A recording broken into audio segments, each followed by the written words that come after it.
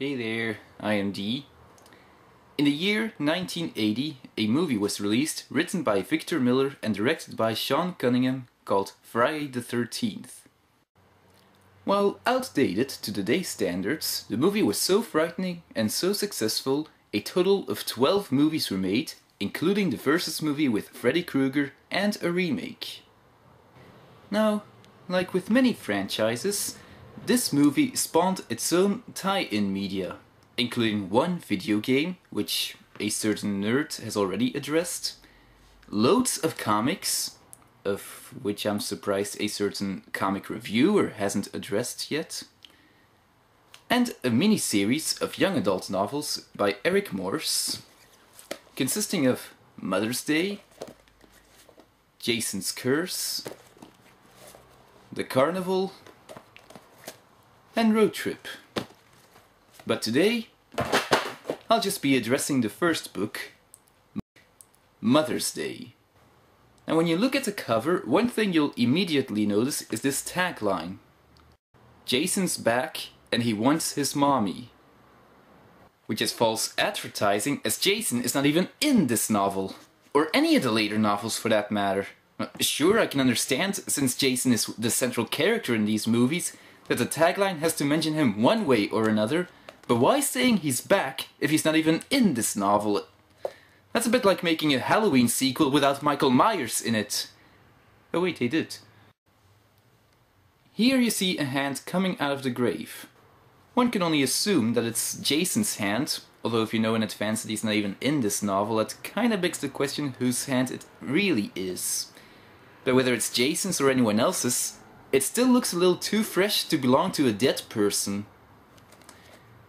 And also, if you look at the tombstone, you'll notice there's something that looks like a C and something that looks like BL.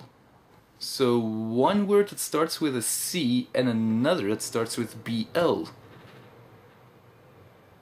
As in Camp Blood? So Camp Blood is buried here? I thought it was just a nickname for the area that this is taking place, not the name of an actual person. Also, when you get to the actual moment where this is taking place, she stepped on one grave, felt the bones breaking under her feet. The dead are buried 6 feet under, not 6 inches under. But as she ran by, a large hand shot up out of the ground. Ran by? Does this even look like she's running? And also, a few lines later it suggested that this is just her own mind playing tricks on her. So this doesn't actually happen. In other words, the cover is inaccurate, makes no sense whatsoever, and just gives you false ideas. I'm in for a painful ride.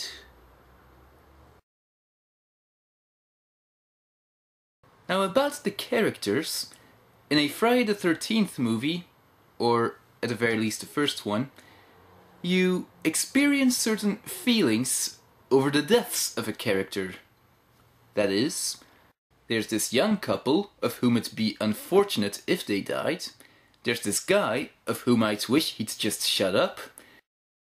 So they create an entire variety of characters for you to either love or hate, and perhaps even care about whether or not they'd die. Unfortunately, not too many people seem to understand that. Their interpretation in the movies are, well, pretty much this. No smoking, no drinking, no drugs, no women. Unless of course you're married. No guns, no foul language, no red meat. Land of the free. Yeah, the irony of that didn't escape me either. So anyone who doesn't behave as conservatives demand of you to behave, they're gonna die.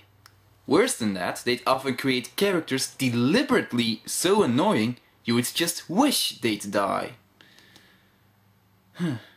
With all that in the back of your head, it's pretty easy to predict which of the characters is gonna make it and which ones aren't. She knew her reputation, Little Miss Goody Goody. It looked like the room of a 5-year-old, not a teenager.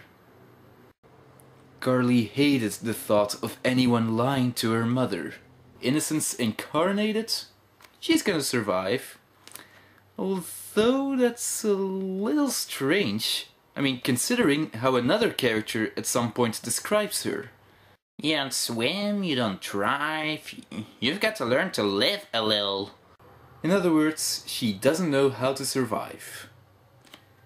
And that is not to mention that by chapter 16, when everyone's already dead, she didn't notice any screams or how quiet things have gotten. In other words, she's a complete idiot. Yet she is somehow supposed to survive an attack from a psycho killer? Will somebody explain to me how that's supposed to work? Billy Boone was 20, a high school dropout who roared around town on a motorcycle. He worked, when he worked at all, at his father's hardware store. Boone's only ambition in life seemed to be to have a good time, which for Boone meant throwing wild parties and getting drunk.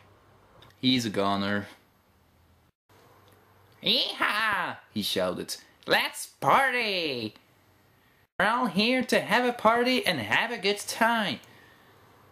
Yes, we get it, the guy likes to party. While you're at it, why won't you have him sing that Venga Boys song so you can keep rubbing it in our faces? I was being sarcastic!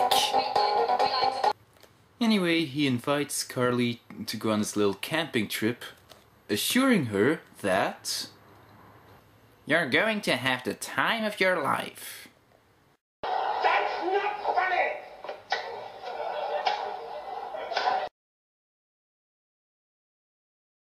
A man who has sex in his name?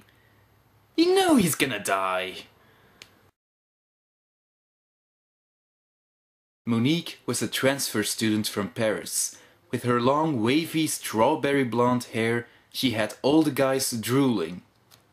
An attractive girl that all the guys fall for. Of course she has to die. Look at this cabin, she said. It's absolute filth. I am tired of this lake and I am tired of this whole trip, Monique said. I need a bath and a jacuzzi and a manicure and a shampoo and a massage. If Monique is supposed to be French, then why does she keep acting like a Hollywood bimbo? A couple who's always seen together, obviously loves each other to death, pardon the pun. But apparently love is forbidden, so you know the rest.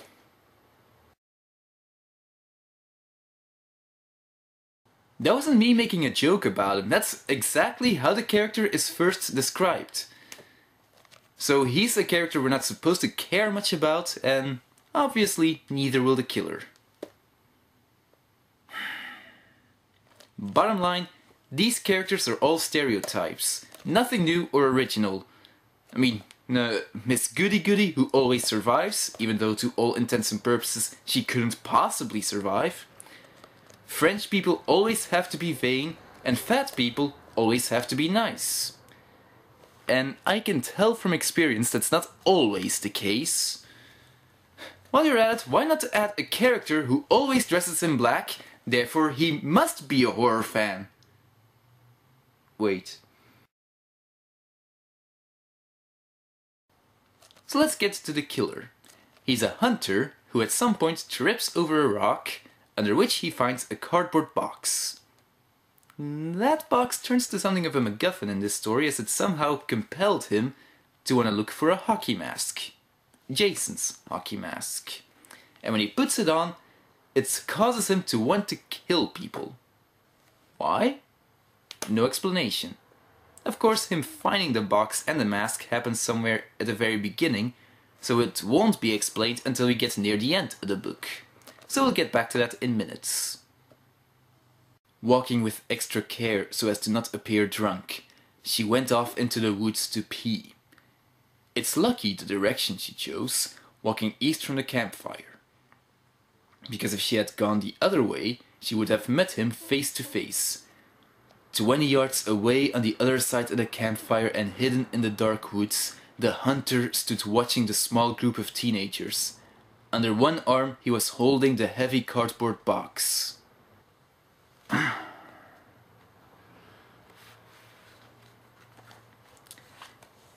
Accepting that a hunter for some reason would start killing people just by putting on Jason's mask, and that's already a lot to demand.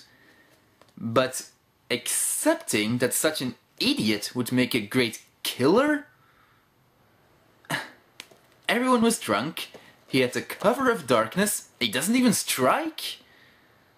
Sure, he could see more during the light of day, but if the dark of night doesn't stop him from stalking, what's stopping him from killing? And that's not to mention the more obvious mistake. The killer is dragging around that cardboard box. It's described as heavy, therefore impractical, so why is he carrying it around the whole time? How are we supposed to take this book seriously if every single character is an idiot? And I do mean everyone, including the forces of hell.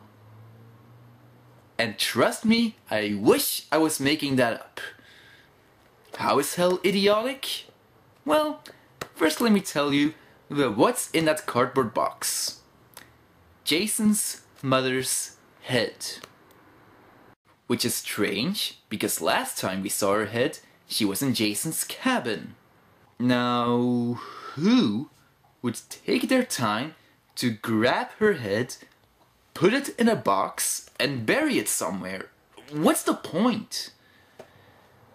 Additionally, the head can still talk, and is in some part orchestrating the whole thing. And apparently, wearing Jason's mask somehow gives the bearer all of Jason's strengths. This begs the question that if hell wanted more people killed, why not skip a few steps and just resurrect Jason? Ripped down through the rocks and the roots as if the devil himself had him by the legs and was yanking him home. Well, I suppose it does make a little sense, as that is how the last movie that was released at the time ended. Wait a minute, no, it doesn't make any sense.